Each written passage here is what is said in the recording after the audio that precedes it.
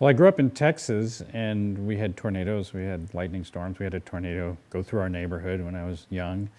I was a photojournalist, and for years, had to go cover tornadoes and flood events, and I never really enjoyed that. That was the least enjoyable part of my career, standing waist deep in water in towns.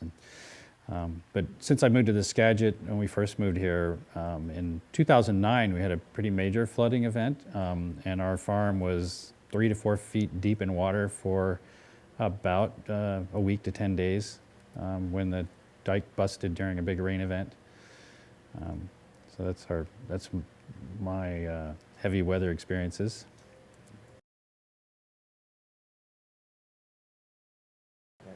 Well, I hear about climate change constantly, either from other farmers, from friends, from TV, from newspapers, from magazines, uh, various sources, and I'm kind of overwhelmed by it, and I don't necessarily understand it. The global warming issue, like geology, is one of those very big, slow concepts that I've always had like a weak spot in my brain to get my head around.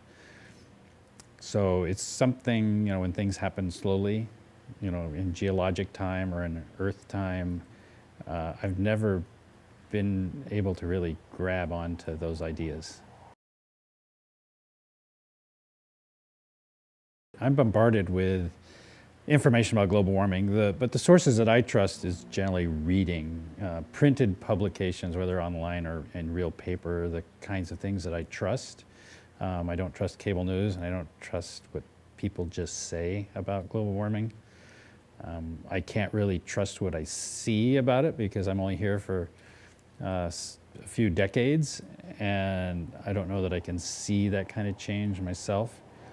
So I tend to believe and trust and read much more scientific based information about it. I am wary of some media. I'm wary of the superficiality of the presentation on any particular subject nowadays.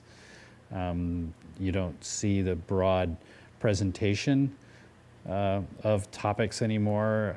Everything is a snippet and a bite with no depth and no credibility, really.